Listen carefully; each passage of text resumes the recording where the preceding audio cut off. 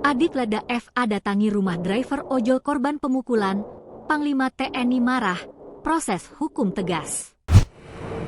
Nasib Letda FA, oknum perwira TNI yang memukul driver ojol, kini terancam sanksi.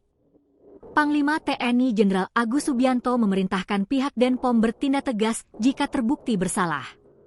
Adapun pihak keluarga menolak berdamai karena korban, Teguh Syungka, mengalami patah hidung dan dirawat di RS Medika Jaya.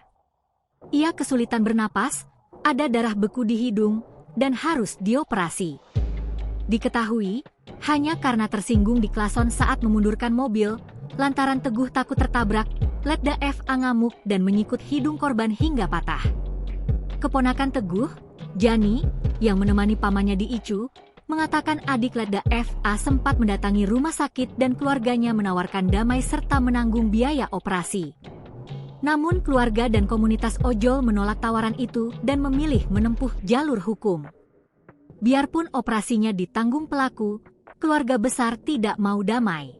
Kami ingin kasus ini diproses sesuai hukum yang berlaku, tegas Jani, Senin 22 September 2025. Sementara itu, FA berusaha melakukan mediasi baik dengan Teguh maupun komunitas ojol. Ia meminta maaf dan berjanji menanggung seluruh biaya pengobatan. Saya menyampaikan permohonan maaf yang sedalam-dalamnya kepada pihak keluarga. Saya menyesal atas perbuatan saya dan siap bertanggung jawab, baik membantu pengobatan korban sampai sembuh maupun menjalani proses hukum, ungkap FA.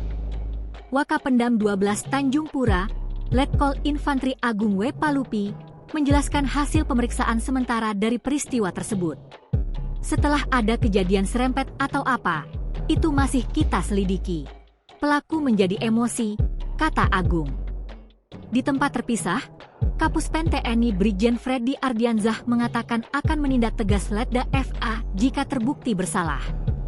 Panglima TNI menegaskan, prajurit yang terbukti melakukan pelanggaran akan ditindak tegas dan tak ada toleransi, katanya, Minggu 21 September 2025. Download Tribun X sekarang, menghadirkan lokal menjadi Indonesia.